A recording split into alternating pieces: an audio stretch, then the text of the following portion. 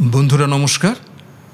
এসো গল্প শুনি ইউটিউব চ্যানেলে আপনাদের সবাইকে স্বাগত।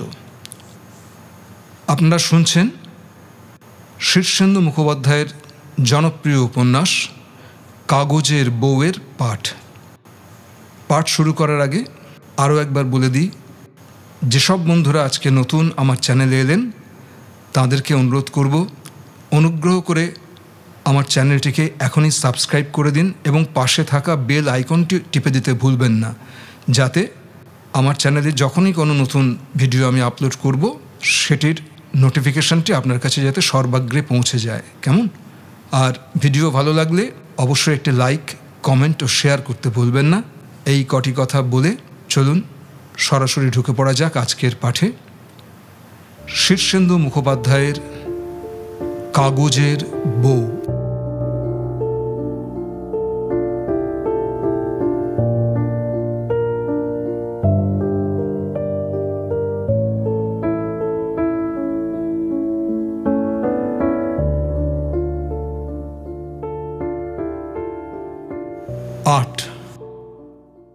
মঞ্চসজ্জা একই। সুবিনয়ের সাউথ এন্ড পার্কের ফ্ল্যাটের বাইরের ঘর। তেমনি আন্ডারওয়্যার আর স্যান্ডো গেঞ্জি পরে সুবিনয় সোফায় চিৎপাত হয়ে বসে আছে, সিগারেট খেয়ে যাচ্ছে একটানা। ফ্ল্যাটে ফিরে এসেই সে প্রীতির কাছ থেকে টুকে আনা তার প্রেমিকের বাড়ির ফোন নম্বরে ডায়াল করে জানিয়ে দিয়েছে ঠিক কোথায় এলে তারা লোকটার অচৈতন্য দেহটি খুঁজে পাবে। এখন সে খুবই শান্ত মেজাজে বসে আছে। আমার গাল থেকে ডেটলের গন্ধ নাকে আসছে। শরীর কিছু দুর্বল লাগছিল, বুকে একটা ভয়। সুবিনয় তেমনি মুখের এক পাশে আলো আর অন্য পাশে অন্ধকার নিয়ে হঠাৎ মাথা তোলা দিয়ে আমার দিকে তাকালো। আমি স্পষ্ট দেখলাম ও আর বাঙালি সুবিনয় নেই। ওর মুখে চোখে চেহারায় বিদেশি ছাপ পড়ে গেছে। কখন যে পড়ল কে জানে। ও হুবহু মার্কিন উচ্চারণে বলল, ইউ নো সামথিং বাড়ি। আমি সভয়ে তাকিয়ে রইলাম। ও আপন মনে একটু হেসে বলল, we are going to settle in the States. Helluva, good country. আমি মাথা নাড়লাম। ডেটলের গন্ধটা উবে যাচ্ছে ক্রমে, গালটা জ্বালা করছে অল্প অল্প। সুবিনয় উঠল, দেওয়াল আলমারি খুলে একটা হুইস্কির বোতল বার করে ঢকঢক করে খেয়ে নিল খানিকটা। হাতের পিঠে মুখটা মুছে নিয়ে উজ্জ্বল চোখে আমার দিকে ফিরে বলল, we were lovers in America, we shall be lovers in America. You know বাড়ি। আমি মাথা নাড়লাম, বুঝেছি। সুবিনয় আরও খানিকটা নিট হুইস্কি খেয়ে এসে আবার চিৎপাত হয়ে সোফায় বসে বলল, I will have Priti, prospect and everything in the States. That's the country for us. Give me America বাড়ি, গিভ মি আমেরিকা। বলে একটু হাসে সুবিনয়। তারপর গম্ভীর হয়ে হঠাৎ উঠে সোজা হয়ে বসে বাংলায় বলে, কিন্তু যাওয়ার আগে দুটো খুব জরুরি কাজ আছে। আমার খিদেটা ক্রমে পেটের সর্বত্র ছড়িয়ে পড়ছে, জাগছে, খোঁচা দিচ্ছে আমাকে। আমি একটু কোলকুঁজো হয়ে বসে সুবিনয়ের মুখের দিকে চেয়ে থাকি। সুবিনয় বলে, প্রথম কাজ খনাকে ডিভোর্স করা। দ্বিতীয় কাজ to invent a palatable poison for the mice of India. ভারতবর্ষের ইঁদুরদের জন্য একটি সুস্বাদু বিষ। উঠে পায়চারি করতে করতে সে বলল, দ্বিতীয় কাজটা অনেকখানি এগিয়েছে। It will B A revolutionary invention. কীরকম জানিস? কীরকম?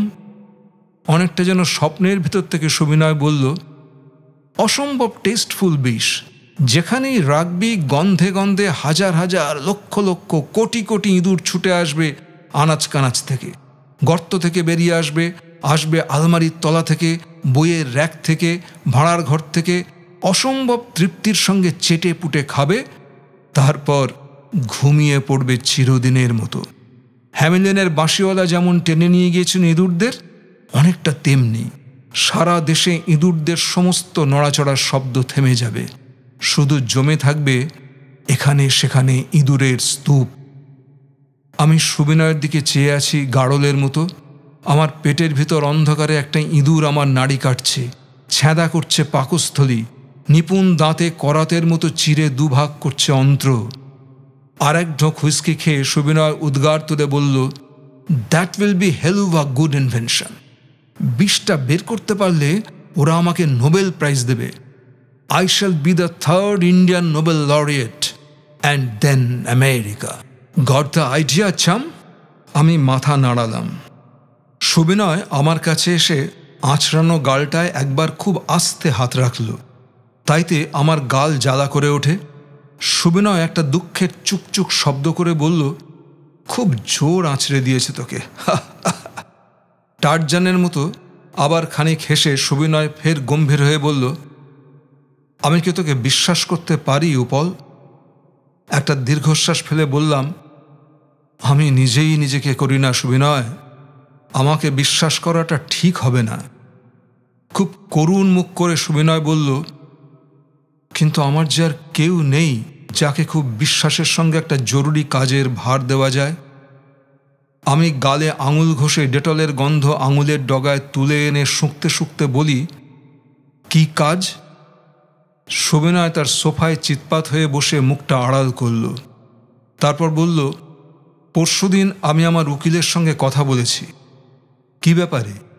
ডিভোর্স। ও। সুবিনয় সিগারেটের ধোঁয়া ছেড়ে বলল, কিন্তু কাজটা সহজ নয়, আমার একটা ক্লিন ডিভোর্স চাই। আমি হেলা ভরে বললাম, মামলা কর। সুবিনয় একটুও না নড়ে বলল, পয়েন্ট কি? এদেশে ডিভোর্স করা কি সোজা? হাজার রকম ঝামেলা। তাছাড়া খনা কিছুতেই ডিভোর্স দেবে না, আমি ওকে চিনি। তাহলে ডিভোর্স আমার চাই। উকিল বলছিল, আমি যদি অ্যাডাল্ট্রিতে ইনভলভড হতে পারি তবে আমার বউ সহজেই এভিডেন্স দেখিয়ে ডিভোর্স পেয়ে যাবে। শুনে আমি হেসেছি। আমি কয়েকশো অ্যাডাল্ট্রি করলেও খনা আমার এগেনস্টে মামলা করতে যাবে না, ডিভোর্সও চাইবে না। এদেশের মেয়েরা যেমন হয় আর কি, void of all self respects.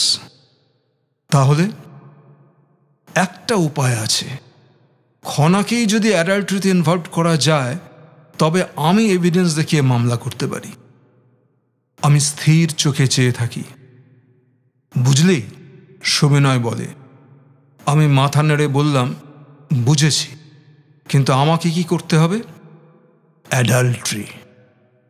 কার সঙ্গে? তেমনি চিৎপাত শুয়ে থাকা, মুখ আড়াল করা সুবিনয় একটুও না নড়ে বলল, খনা। বলিস কি? আমি আঁতকে উঠে বলি। সুবিনয় আস্তে করে উঠে বসে। মুখের এক ধারে আলো পড়ে, অন্য ধারে অন্ধকার। গ্রানাইট পাথরের তৈরি মুখ আমার দিকে চেয়ে থেকে বলে, there will be money for it, enough money. আমি মাথা নেড়ে বলি, পাগল? সুবিনয় স্থির চোখে আমাকে দেখে গম্ভীর গলায় বলে, তুই কি মরালিস্ট উপল? দ্বিধাভরে বলি, না। কোথা থেকে হঠাৎ একটা টাকার তোড়া আমার দিকে ছুড়ে দেয় সুবিনয়। আমার হাঁটুতে লেগে সেটা মেঝেতে পড়ে। তুলে নিয়ে দেখি 100 টাকার 10খানা নোট, টাটকা তাজা নোট, সদ্য রিজার্ভ ব্যাংক থেকে আনা, এখনো স্টেপলারের পিনে আটকে আছে।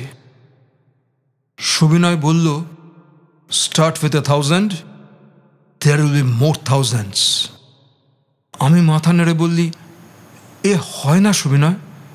কিন্তু আমার গলাটা কেঁপে যায়। সুবিনয় অতি করুণ স্বরে বলে, oblige a friend buddy, give peace to a suffering soul. আমি কি করব তা বুঝতে পারি না। টাকার জন্য আমি চুরি ডাকাতি করতে গেছি। আমি অনায়াসে নিয়েছি মানিক সাহার 4 নম্বর বউ ঝুমুরকে। আমার গোটা জীবনে কোনো নৈতিকতা নেই। উপরন্তু আমার আছে কাল ব্যাধির মতো একটা খিদে। যখন খিদে মিটে যায় তখনও আবার খিদের চিন্তা থাকে, ভয় থাকে। ক্যান্সারের মতো, কুষ্ঠের মতো সেই খিদে কখনো সরে না। সারাটা জীবন আমার বাবার মতোই আমি কেবল নিষ্ফল পয়সা খুঁজেছি। পাইনি যে তা নয়, কিন্তু গুপ্তধনের মতো, জলপ্রপাতের মতো, বিস্ফোরণের মতো পয়সা কখনো আমরা খুঁজে পাইনি। আগে ছিল, মফস্বলে শহরের সিনেমার নতুন ছবি এলে ড্রাম বাজিয়ে রিকশায় বিজ্ঞাপন বেরোতো। একটা লোক রিকশা থেকে অবিরল বিলি করতো হ্যান্ডবিল। বাচ্চারা প্রাণপণ ছুটতো সেই রিকশার সঙ্গে, মুঠো মুঠো হ্যান্ডবিল কেড়ে আনতো। একদিন স্বপ্নে দেখেছিলাম ঠিক ওই রকম একটা ছ্যাকড়া রিকশা থেকে হুবহু ওই রকম একটা লোক হ্যান্ডবিলের বদলে টাকা বিলি করতে করতে যাচ্ছে। আমি বরাবর ওই রকম অনায়াসে হ্যান্ডবিলের মতো টাকা চেয়েছি, চেষ্টাহীন টাকা, বিনা কষ্টের টাকা। হাতের আঁজলায় 1000 টাকার দিকে চেয়ে একটু হাসলাম, একটু কি কাঁদলামও। বললাম, তুমি এলে। খনার কথা মনেও রইল না, সুবিনয়ের কথাও না, প্রীতি বা আর কারো কথাও নয়। ডেটলের গন্ধ নাকে আসছিল না, আর গালের জ্বলুনি টেরও পাচ্ছি না। শুধু অনেক টাকার দিকে চেয়ে আছি, ভাবছি তুমি এলে, কি সুন্দর তুমি। করবি তো উপল? সুবিনয় জিজ্ঞেস করলো। তারপর বলল, there will be more thousands. কি করার কথা বলছে সুবিনয় তা আর আমার মনে পড়ল না। প্রাণ ভরে টাকার সৌন্দর্য দেখে আমি দুই মুগ্ধ জল ভরা চোখ তুলে তাকাই। ঝাপসা ঘর, ঝাপসা এক অস্পষ্ট মানুষ, ঝাপসা আলো আঁধারি। বললাম, করব।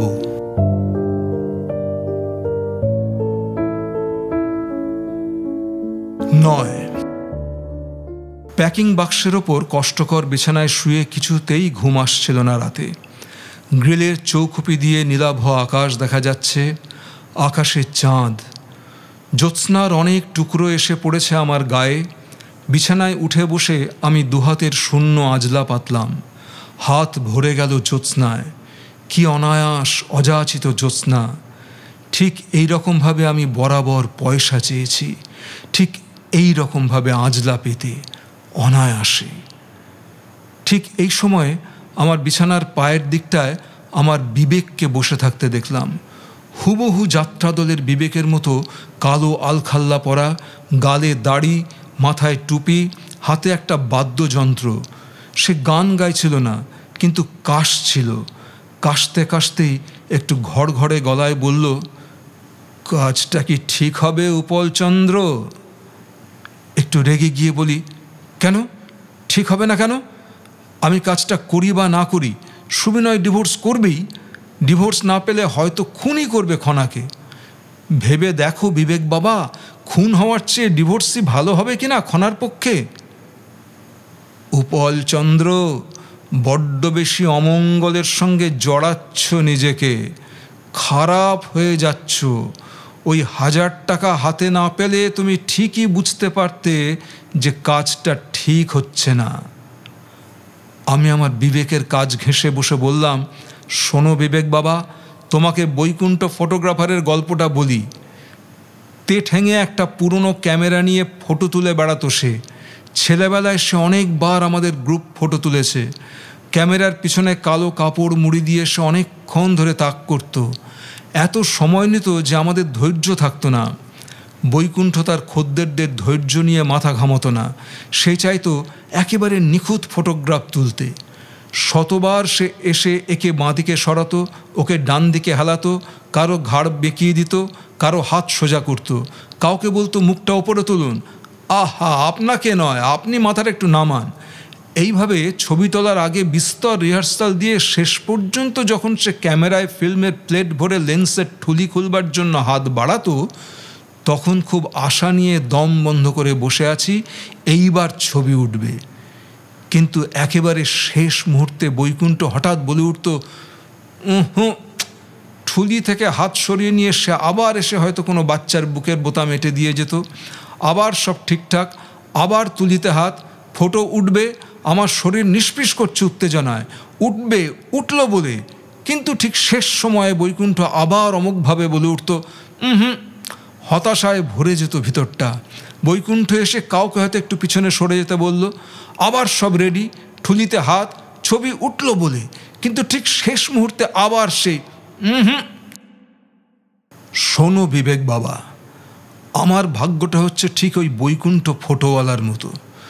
যখনই কোনো একটা দাও জোটে, যখনই কোনো পয়সা কড়ির সন্ধান পাই, যখন সব অভাব ঘুচে একটু আশার আলো দেখতে পাই, ঠিক তখনই বেশ আড়াল থেকে কে বলে ওঠে, হুম। আমার বিবেক ঘন ঘন মাথা নাড়ছিল। আমি বললাম, নইলে বলো, কন্ডাক্টারি করতে গিয়ে কেন নির্দোষ মানুষ সেই হাঁটুরে মারটা খেলাম? গোবিন্দর বাড়িতে না হোক চোর তাড়া করে খেদালে, ডাকাতি করতে গিয়ে প্রথম চোটেই কেন কাজ ঢিলা হয়ে গেল?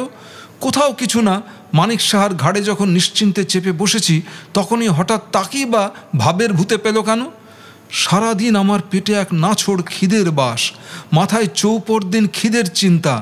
বিবেক বাবা, একটু ভেবে দেখো, এই প্রথম আমি এক থোকে এত টাকা হাতে পেলাম, বোমা ফাটবার মতো টাকা, জলপ্রপাতের মতো টাকা। এই কাজটা আমাকে করতে দাও, বাগড়া দিও না বিবেক বাবা, পায়ে পড়ি।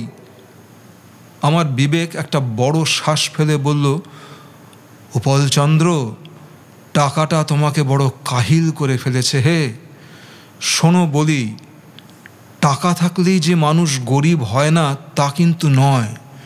দুনিয়ায় দেখবে, যার যত টাকা সে তত গরিব। আমি আমার বিবেককে হাত ধরে তুলে বললাম, শোনো বিবেক বাবা, এই যে প্যাকিং বাক্স সব দেখছো, এতে করে নানা দেশ থেকে হাজার রকমের কেমিক্যাল আসে। তার সবটুকু তো আর কোম্পানিতে যায় না, বেশিরভাগই চড়া দামে চোরা বাজারে বিক্রি হয়ে যায়। সুবিনয়ের পয়সার ঢলাঢলি, সেই পয়সার কিছু যদি আমার ভোগে লাগে তো লাগতে দাও, তাতে ওর পুণ্য হবে। দোহাই বিবেক বাবা, আজ তুমি যাও, আজ যাও বিবেক বাবা, আমি একটু নিজের মতো থাকি। বিবেক গ্রিলের বন্ধ দরজা ভেদ করে চলে গেল। জ্যোৎস্নায় আর তার চিহ্নও দেখা গেল না। আজ রবিবার, ডি ডে। আজ খনাকে নিয়ে সুবিনয়ের দক্ষিণেশ্বরে যাওয়ার কথা ছিল, কিন্তু প্ল্যান মাফিক আজ সকালেই সুবিনয়ের জরুরি কাজ পড়ে গেল। আমাকে ডেকে বলল, উপল, তুই খনাকে দক্ষিণেশ্বর থেকে ঘুরিয়ে নিয়ে আয় তো, আমার একটা মিটিং পড়ে গেল আজ, স্টেটস থেকে একটা ডেলিগেশন এসেছে। খনা বলল, থাকগে, আমারও তাহলে যাওয়ার দরকার নেই, পরের রবিবার গেলেও হবে। সুবিনয় আতকে উঠে বলল, না না, তুমি যাও, পুজো দেবে মনে করেছো, যাবে না কেন? উপল, তুই বরং দাড়ি কামিয়ে রেডি হয়ে নে। খনা খুব বেজার মুখ করে বলল, কাজের লোকদের যে কেন বিয়ে করা, সপ্তাহে একটা মাত্র ছুটির দিন, তাও তোমার ফি রবিবার মিটিং। সুবিনয়ের দামি রেজারে যখন দাড়ি কামাচ্ছিলাম, তখন নার্ভাসনেসের দরুন দু জায়গায় গাল কেটে গেল। শুনলাম ঘরে খনা সুবিনয়কে বলছে, তোমার সেফটি রেজার উপলবাবুকে ইউজ করতে দিলে কেন? তাতে কি? খুব উদার স্বরে সুবিনয় বলল, উপলের কোনো ডিজিজ নেই, তাছাড়া ও আমার ভীষণ রেভিয়ার্ড ফ্রেন্ড। জানো না তো, স্কুল কলেজে ও কি সাংঘাতিক ব্রিলিয়ান্ট ছেলে ছিল, are genius in disguise. Khana বিরক্ত হয়ে বলল, কে কি ছিল তা জেনে কি হবে, এখন কে কীরকম সেইটাই বিচার করা উচিত। আর কখনো তোমার সেফটি রেজার ওকে দিও না। সুবিনয় খুব ব্যগ্র গলায় বলে, এরকম বলতে নেই খনা, উপল একটু চেষ্টা করলেই মস্ত আর্টিস্ট হতে পারত, কিংবা খুব বড় গায়ক, কিংবা শিশির ভাদুরীর মতো অভিনেতা। ও যে সিনেমায় নেমেছিল তা জানো, তারপর ফিল্ম লাইনে ওকে নিয়ে টানাটানি, কিন্তু চিরকালের বহেমিয়ান বলে ও বাঁধা জীবনে থাকতে রাজি হলো না। এখনও ইচ্ছে করলে ও কত কী করতে পারে। দাড়ি কামানোর পর আমি জীবনেই প্রথম সুবিনয়ের দামি আফটারশেভ লোশন গালে লাগানোর সুযোগ পেলাম। গন্ধে প্রাণ আনচান করে ওঠে। এরকম একটা আফটারশেভ লোশন কিনতে হবে। আরও কত কি কেনার কথা মনে পড়ছে সারাদিন। অবশ্যই একটা সেফটি রেজার, কিছু খুব নতুন ডিজাইনের জামা কাপড়, একটা ঘড়ি, একটা রেডিও। খনা স্নান করতে গেল, সেই ফাঁকে যথাসাধ্য সাজ পোশাক পরে নিয়েছি। সুবিনয় আমাকে আপাদমস্তক ভালো করে দেখে নিয়ে বলল, নট ব্যাড, কিন্তু তুই একটু রোগা, you need much protein and enough carbohydrate. কাল সকালেই ডাক্তার দত্তকে দিয়ে একটা থরো চেক আপ করিয়ে নিবি। Good food and good medicine will make you a handsome man. মনে রাখবি, ফিজিক্যাল অ্যাট্রাকশনে আমাকে বিট করা চাই। আমি একটু ম্লান হেসে বললাম, টার্জান, তোমার হাইট আর বিশাল স্বাস্থ্য কিছুতেই আমার হওয়ার নয়। সুবিনয় ভ্রু কুঁচকে একটু ভেবে বলল, then try to impress her by art or literature or by any damn thing. I don't care. I want quick action. মাথা নাড়লাম। সুবিনয় একটা সেলফ টাইমারওয়ালা ক্যামেরা আর একটা সুপার সেন্সিটিভ খুদের টেপ রেকর্ডার এয়ার ব্যাগে ভরে দিয়েছিল। সেইটে কাঁধে ঝুলিয়ে খনাকে নিয়ে ট্যাক্সিতে উঠলাম। বাচ্চারা ঠাকুমার কাছে রয়ে গেল। সুবিনয়ের 7 বছরের মেয়ে দোলনা তেমন ঝামেলা করেনি, কিন্তু 5 বছরের ছেলে ঘুপটু সঙ্গে যাওয়ার জন্য ভীষণ বায়না ধরছিল। খনার খুব ইচ্ছে ছিল সঙ্গে নেয়, কিন্তু সুবিনয় দেয়নি। ট্যাক্সি ছাড়বার সঙ্গে সঙ্গে খনা আর আমি একা। আমার বুকের মধ্যে ঢিপ ঢিপ ভয়ের শব্দ, গলা শুকনো, শরীর কাঠের মতো পক্ষাঘাতগ্রস্ত। কিন্তু খনার কোনো ভয় ডর নেই, স্নায়ুর চাপ নেই। সে আমাকে বাড়ির ফাইফরমাস করার লোক ভিন্ন অন্য কিছু মনে করে না।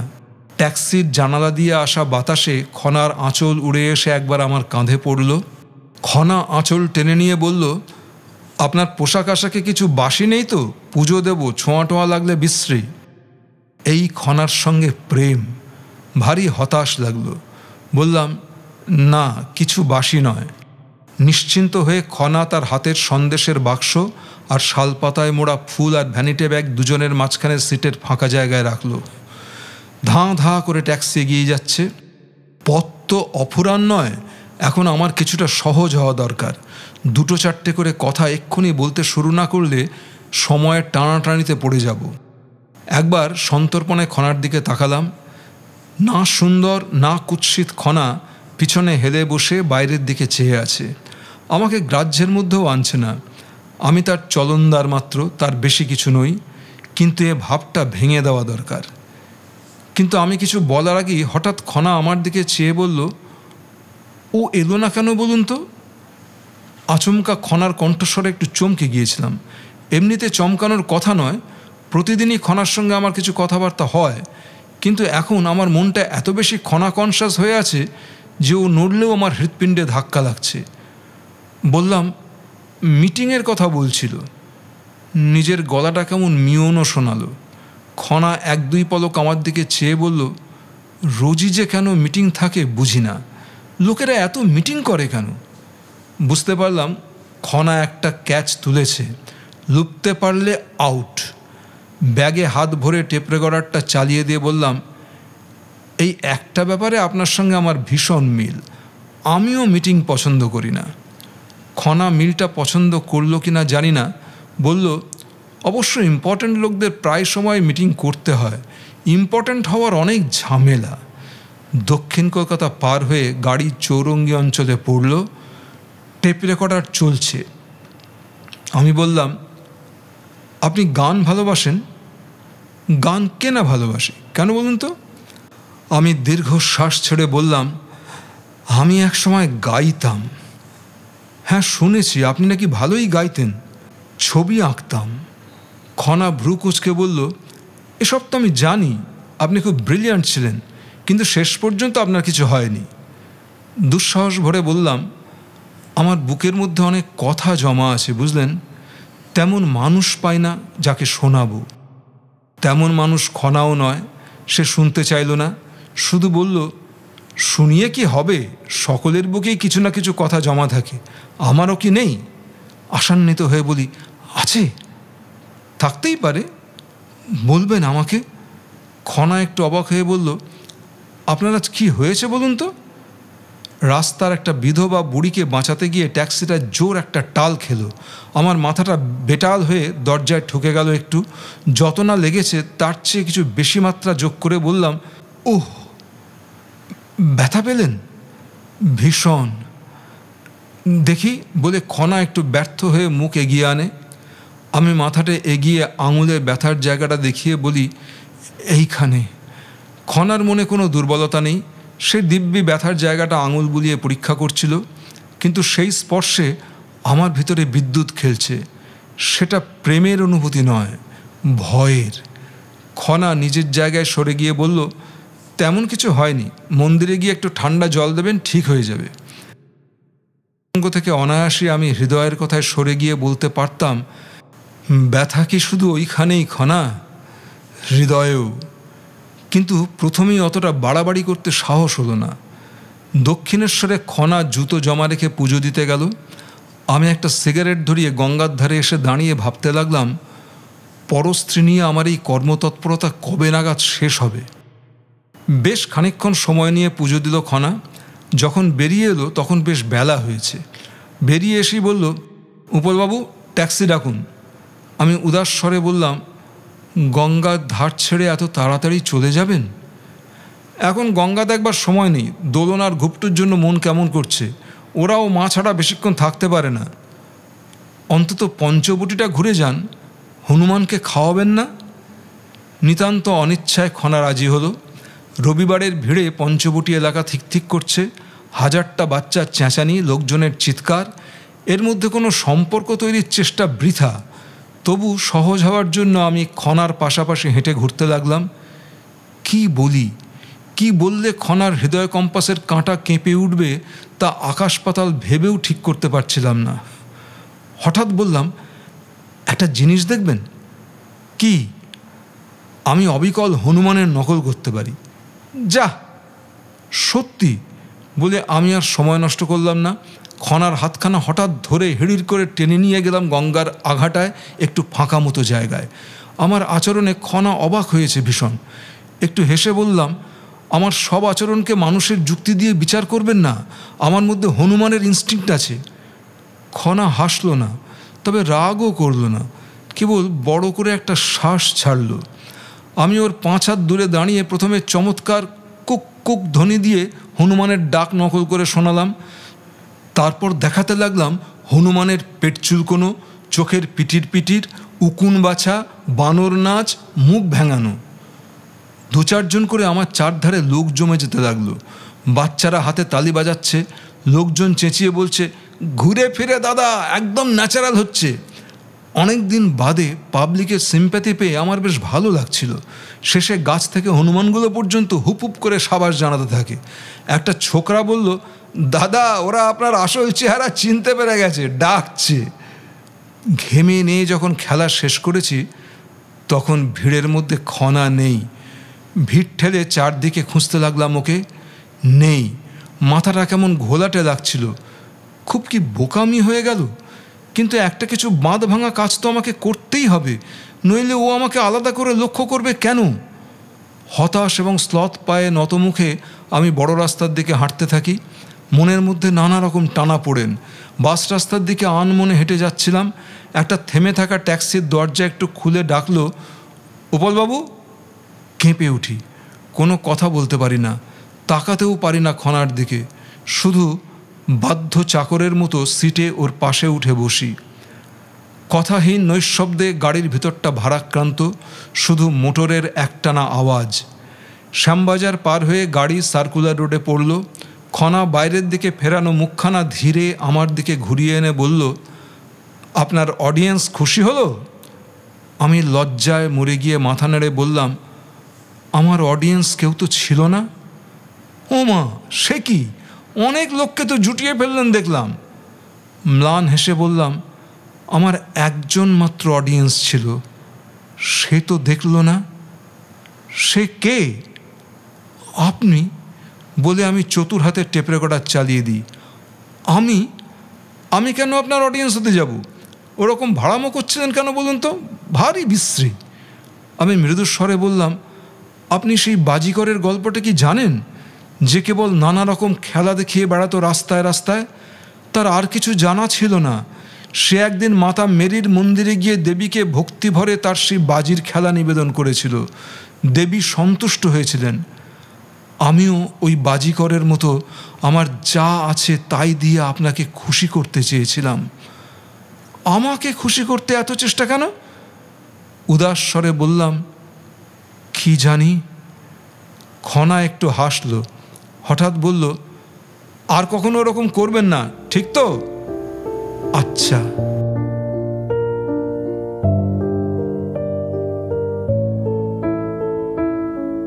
10 আজও সুবিনয় আন্ডারওয়্যার আর গেঞ্জি পরা চেহারা নিয়ে তার ফ্ল্যাটের বাইরের ঘরের সোফায় চিৎপাত হয়ে পড়েছিল।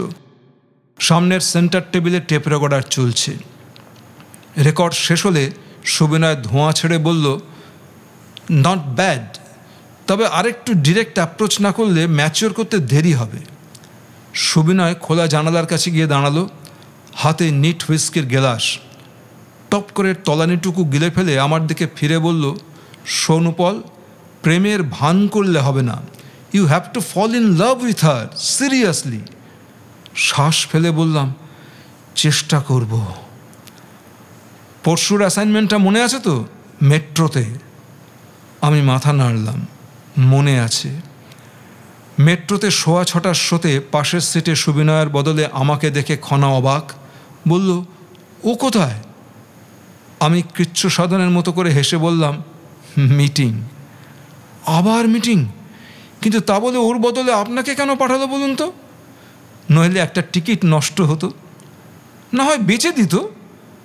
বাড়ি ফেরার জন্য আপনার একজন এসকর্টও তো দরকার। যখন শো ভাঙবে তখন হয়তো ভিড়ে আপনি বাসে টার্মে উঠতেই পারবেন না। তার উপর আপনি আবার একা ট্যাক্সিতে উঠতে ভয় পান। খনার মুখখানা রাগে, ক্ষোভে, অভিমানে ফেটে পড়ছিল। খানিক চুপ করে থেকে আস্তে করে বলল, ওর সময় কম জানি, কিন্তু এত কম জানতাম না। সে সময়টায় কথা বলা বা সান্ত্বনা দেওয়ার চেষ্টা বোকামি। আমি খনাকে সুবিনয় সম্বন্ধে ভাবতে দিলাম। আজও আমার কাঁধে ঝোলানো একটা শান্তিনিকেতনী চামড়ার ব্যাগ, তাতে টেপ রেকর্ডার। ব্যাগে হাত ভরে সুইচে সতর্ক আঙুল ছুঁয়ে রেখেছি। অনেকক্ষণ বাদে বললাম, পান খাবেন? ও মাথা নাড়ল, খাবে না। আরও খানিক সময় ছাড় দিয়ে বললাম, খিদে পেয়েছে, দাঁড়ান কাজু বাদাম কিনে আনি, শো শুরু হতে আরও 5 মিনিট বাকি। বলে উঠে আসছি। খনাও সঙ্গে সঙ্গে উঠে এসে আমার পাশাপাশি হাঁটতে হাঁটতে বলল, বাইরে কোথাও চা পাওয়া যাবে? গলার স্বরে বুঝলাম একটু সময়ের মধ্যেই কখন যেন ও একটু কেঁদে নিয়েছে। গলাটা সর্দি লাগার মতো ভার। যাবেন? চলুন। বাইরের একটা রেস্টুরেন্টে খনাকে বসিয়ে বললাম, একটু তাড়াতাড়ি করতে হবে, সময় বেশি নেই। ও মাথা নেড়ে বলে, আমি ছবি দেখব না, ভালো লাগছে না। তাহলে আপনি দেখুন, আমি চা খেয়ে বাড়ি চলে যাব। আমি ওর দিকে চেয়ে থাকি। জীবনে কোনো কাজই আমি শেষ পর্যন্ত করে উঠতে পারিনি, এটাও কি পারবো না? একটু ভেবে বলি, এ সময়টা ট্রামে বাসে উঠতে পারবেন না, বরং একটু বসে বা বেরিয়ে সময়টা কাটিয়ে যাওয়া ভালো। বেয়ারা আসতেই খনাকে জিজ্ঞেস করলাম, চায়ের সঙ্গে কি খাবেন? আজ আমি খাওয়াবো। খনা অবাক চোখে আমার দিকে চেয়ে বলল, আপনি খাওয়াবেন? কেন, চাকরি পেয়েছেন নাকি? পেয়েছি, মৃদু হেসে বললাম। কবে পেলেন? কই, চাকরিতে যেতেও তো দেখি না আপনাকে। একটা শ্বাস ফেলে বললাম, সব চাকরিতে কি আর দূরে যেতে হয়? এই ধরুন না, আপনার সঙ্গে বসে থাকাটাও তো একটা চাকরি হতে পারে। খনা কথাটার একটু অন্যরকম মানে করে বলল, আমার সঙ্গে বসে থাকাটা যদি চাকরি বলেই মনে হয়, তবে বসে থাকবার দরকার কি? কথাটা দারুণ রোমান্টিক। টেপ রেকর্ডারটা চালু আছে ঠিকই, তবু ভয় হচ্ছিল কথাটা ঠিকমতো উঠবে তো। ব্যাটারি কিছুটা ডাউন আছে। সুবিনয় নতুন ব্যাটারি কিনে লাগিয়ে নিতে বলেছিল।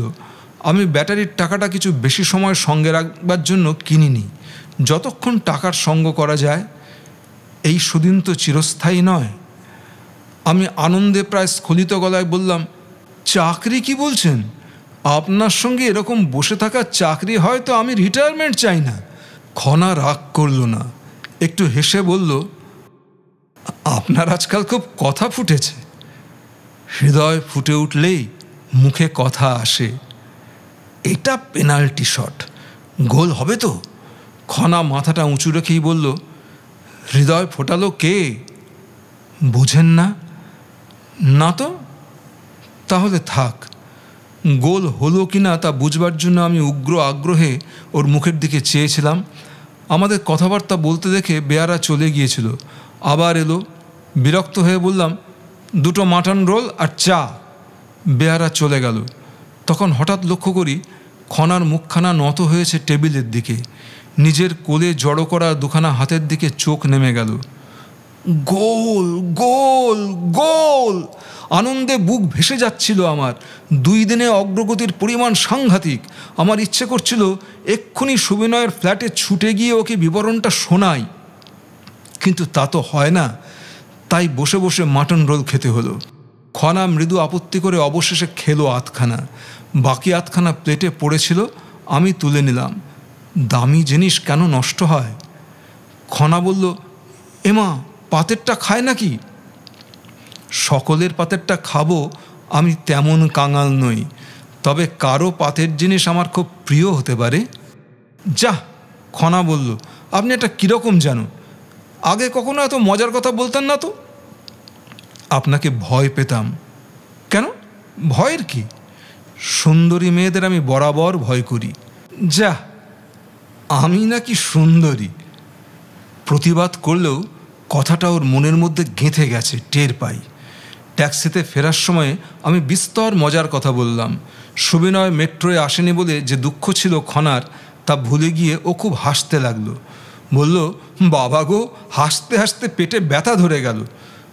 খনাকে পৌঁছে দিয়ে সুবিনয়ের ফ্ল্যাটে এসে দেখি সুবিনয় বেশ খানিকটা মাতাল হয়ে বসে আছে। আমাকে দেখে বলল, সামথিং নিউ বাডি? আমি অনেকটা মার্কিন আনুনাসিক স্বরে বললাম, ইয়াপ। সুবিনয় টেপ রেকর্ডারের জন্য হাত বাড়িয়ে বলল, hell of a good. Tape শোনা হয়ে গেলে সুবিনয় মাথা নেড়ে বলল, কাল থেকে ওকে তুমি তুমি করে বলবি, আর একটু ইন্টিমেসি দরকার। ইঁদুরের বিষটা আমি প্রায় তৈরি করে ফেলেছি, ভিসা পেয়ে যাচ্ছি শিগগির। স্টেটসের 4টে বিগ অ্যাপয়েন্টমেন্ট এসে পড়ে আছে। মেক ইট হেস্টি চাম। কাল কোথায় জানো? চিড়িয়াখানা। সেখানে প্রথম ফটোগ্রাফ নেওয়ার চেষ্টা করব। সুবিনয় চিন্তিত হয়ে বলে, but the children will be there, Dolon আর ঘুপটু। তাতে কি, ওদেরও তুলব, আমাদেরও তুলব। That's a good boy. পরদিন চিড়িয়াখানায় আমি আর খনা পাশাপাশি হাঁটছি, দোলন আর ঘুপটু হাত ধরাধরি করে সামনে। খনা ঘড়ি দেখে বলল, এখনও দোলনের বাবা আসছে না কেন বলুন তো? বেলা 2টোর মধ্যে আসবে বলেছিল। আসবে। আচ্ছা খনা, আপনার বয়স কত? মেয়েদের বয়স জিজ্ঞেস করা অভদ্রতা না? মৃদু হেসে খনা বলে।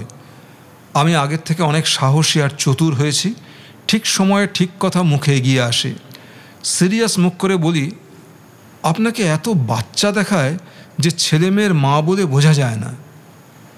আপনি আজকাল খুব কমপ্লিমেন্ট দিতে শিখেছেন দেখছি। খনা একটু বিরক্তির ভান করে বলল। ভান যে সেটা বুঝলাম ওর চোখের তারা একটু চিকিমিকি দেখে। এটা কি কমপ্লিমেন্ট? আমি উদ্বেগ চাপতে পারি না গলার স্বরে। খনা হেসে বলে, মেয়েরা এসব বললে খুশি হয় সবাই জানে, কিন্তু আমার বয়স বসে নেই উপলবাবু, 25 চলছে। আমি একবার খনার দিকে পাশ চোখে তাকিয়ে দেখলাম। দুঃখের বিষয়, খনাকে 25-এর চেয়ে বেশিই দেখায়। আমি খুব বাজে অভিনেতার মতো অবাক হওয়ার ভাব করে বললাম, বিশ্বাস করুন, অত মনেই হয় না, 22-এর বেশি একদম না। আমার কত জানেন? সত্যিকারের বয়সের ওপর আরও 4 বছর চাপিয়ে বললাম, 34। খনা অবাক হয়ে বলে, কি করে হয়? আপনার বন্ধুর বয়স তো মোটে 30। আপনারা তো ক্লাস ফ্রেন্ড, এক বয়সী হওয়া উচিত। সে কথায় কান্না দিয়ে বললাম, শোনো খনা, আমার চেয়ে তুমি বয়সে অনেক ছোট, তোমাকে আপনি করে বলার মানেই হয় না। এটা গিলতে খনার একটু সময় লাগলো, কিন্তু ভদ্রতাবশে সে নাই বা করে কি করে। তাই হঠাৎ ঘুপটু ঘুপটু বলে ডেকে কয়েক কদম দ্রুত এগিয়ে গেল। আমি ওকে সময় দিলাম। সিগারেট ধরিয়ে আনমনে ঘাসের ওপর হাঁটি। ডাক্তার দত্ত আমার শরীরের সব চেক আপ করেছেন। তার মতে আমার অনেক রকম চিকিৎসা দরকার। পেট, বুক, চোখ কিছুই সাউন্ড নয়। দত্ত পেল্লায় ডাক্তার, বিলেত ফেরত, আধ ডিগ্রি, পুরো সাহেবী মেজাজের লোক। আমাকে দেখেই প্রথম দিন বলে দিয়েছিলেন, ব্লাড, ইউরিন, স্টুল, স্পুটাম সব পরীক্ষা করিয়ে তবে আসবেন। সে এক বিস্তর ঝামেলার ব্যাপার। সব রিপোর্ট দেখে দেখে পরে একদিন বললেন, ম্যাল নিউট্রিশনটাই মেইন। এই বলে অনেক ওষুধপত্র, টনিক লিখে দিলেন। 1 কোর্স ইঞ্জেকশন নিতে হচ্ছে। পেরিয়াক্ট্রিন ট্যাবলেট খেয়ে খিদে আরও বেড়েছে, ঘুমও। অল্প একটু মোটা হয়েছে কি, আত্মবিশ্বাসও যেন আসছে। পাখির ঘর দেখা হয়ে গেলে আমরা জলের ধারে এসে বসলাম। খনা আর বাচ্চাদের গুটি 6-7 ছবি তোলা হয়ে গেছে, কিন্তু এখনও ভাইটাল ছবিটা বাকি। খনার আর আমার একটা যুগল ছবি, এভিডেন্স।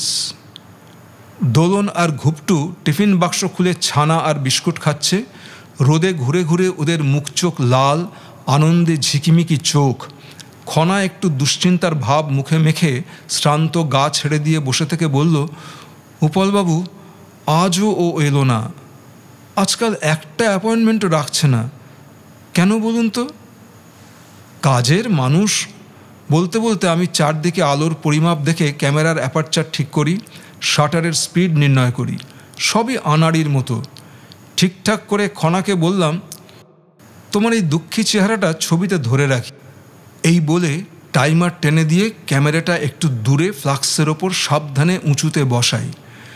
শাটার টেপার পর মাত্র 10 সেকেন্ড সময়, তার মধ্যেই আমাকে দৌড়ে গিয়ে খনার পাশে বসতে হবে। একটু দ্বিধায় পড়ে যাই। আমি ওর পাশে বসবো গিয়ে সেটা কি ওকে আগে বলে দেবো, নাকি আচমকা ঘটাবো কাণ্ডটা? ব্যাপারটা যদি ও পছন্দ না করে, যদি শেষ মুহূর্তে সরে যায়? খনা হতাশ গলায় বলল, ছবি তুলে কি হবে, আমার অনেক ছবি আছে। আমার নেই, আমি বললাম। কথাটা সত্যি। ছেলেবেলায় বৈকুণ্ঠ ফটোওয়ালা তুলেছিল, বড় হয়ে আর ছবি তোলা হয়নি। খনা হাত বাড়িয়ে বলল, ক্যামেরাটা দিন, আমি আপনার ছবি তুলে দিচ্ছি। আমি ভিউ ফাইন্ডারে খনাকে খুব যত্নে ফোকাস করছিলাম। ওর বাঁ দিকে একটু জায়গা ছেড়ে দিলাম যাতে আমার ছবি কাটা না পড়ে যায়। বেশ খানিকটা দূর থেকে তুলছি, কাটা পড়বে না, তবু ভয়। ও ছেলে মানুষের মতো ক্যামেরার জন্য হাত বাড়িয়ে আছে, হাসি মুখে বলছে, আমি অবশ্য আনাড়ি, আপনি সব যন্ত্রপাতি ঠিক করে দিন, আমি শুধু শাটার টিপব। হঠাৎ মাথায় বুদ্ধি চিড়িত দিয়ে উঠল।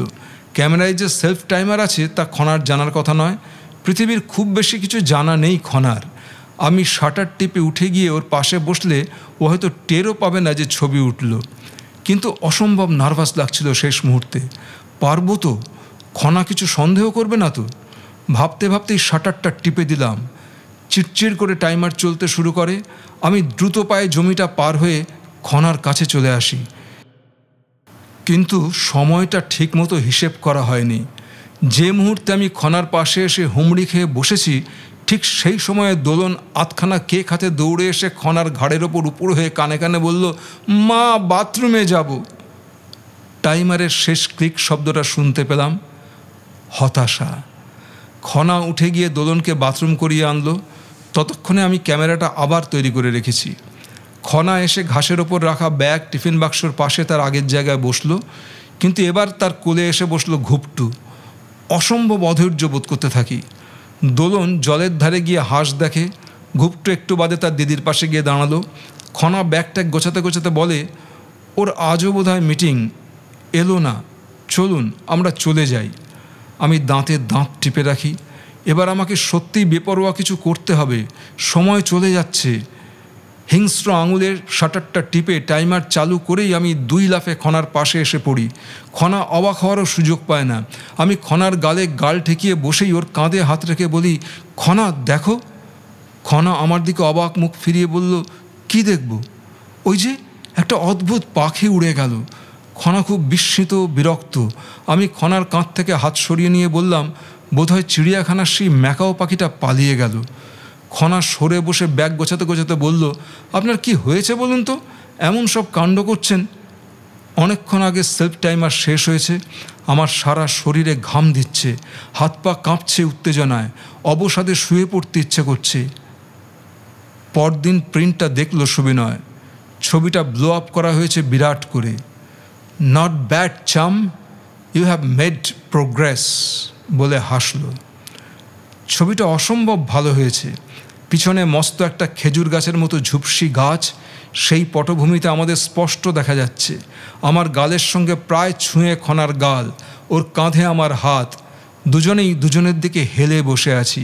কি সাংঘাতিক স্ক্যান্ডালাস ছবি, অথচ কত মিথ্যে।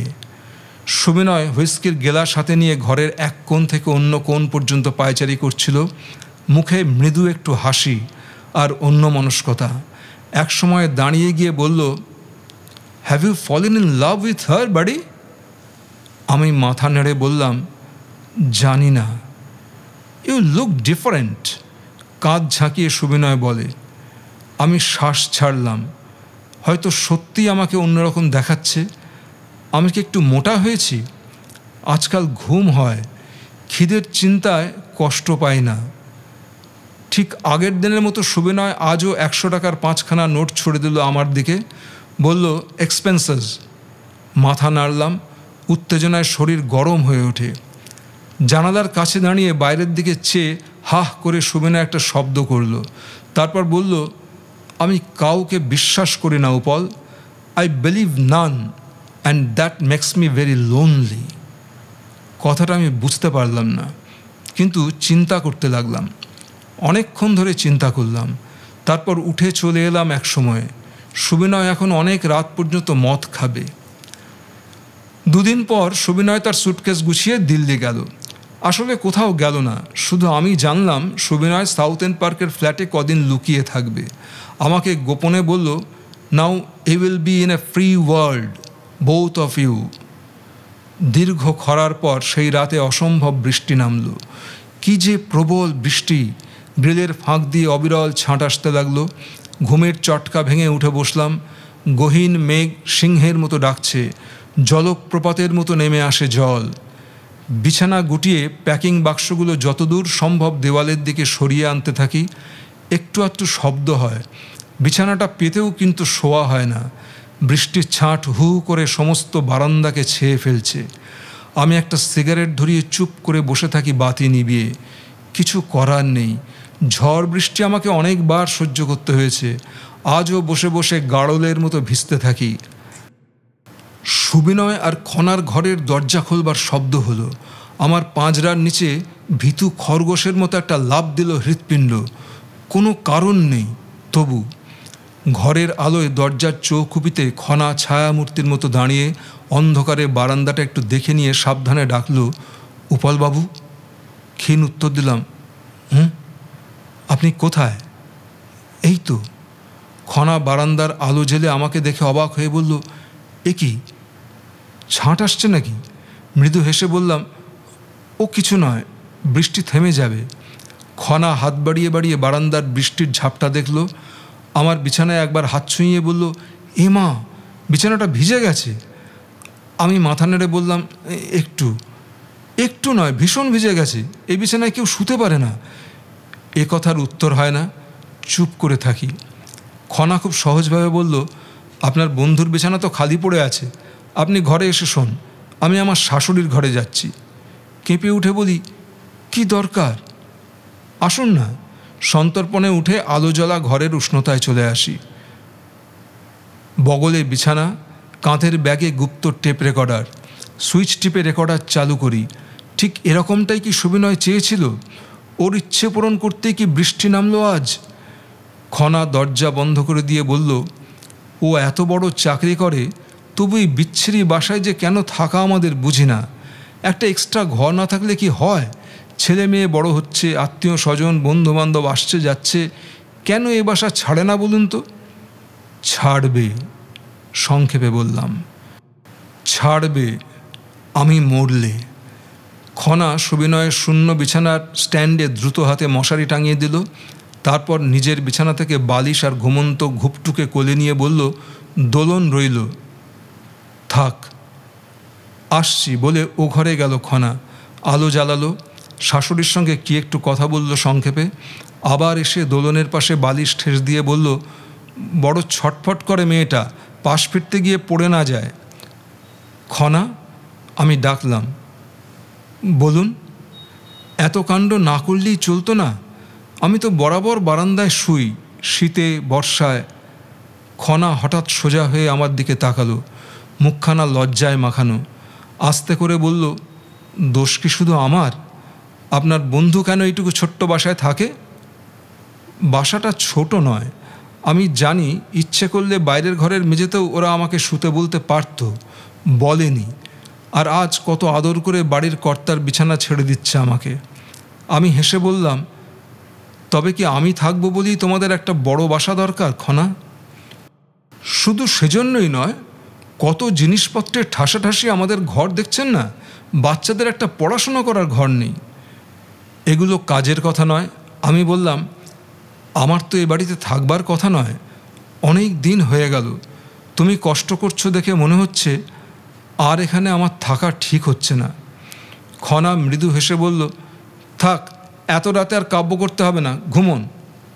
খনা, আমার ধারণা ছিল তুমি আমাকে একদম দেখতে পারো না, তোমাকে ভীষণ অহংকারী বলে মনে হতো। খনা একটু ইতস্তত করে বলল, আপনাকেও আমার অন্যরকম মনে হতো যে। কীরকম? মনে হতো আপনি ভীষণ কুঁড়ে। এখন? এখন অন্য রকম। কীরকম খনা? খুব মজার লোক, বলে খনা হাসল, বেশ হাসিটি, চমৎকার দেখালো ওকে। কবে থেকে? যেদিন সেই হনুমানের নাচ দেখিয়েছিলেন। ও মা, আমি তো দেখে অবাক।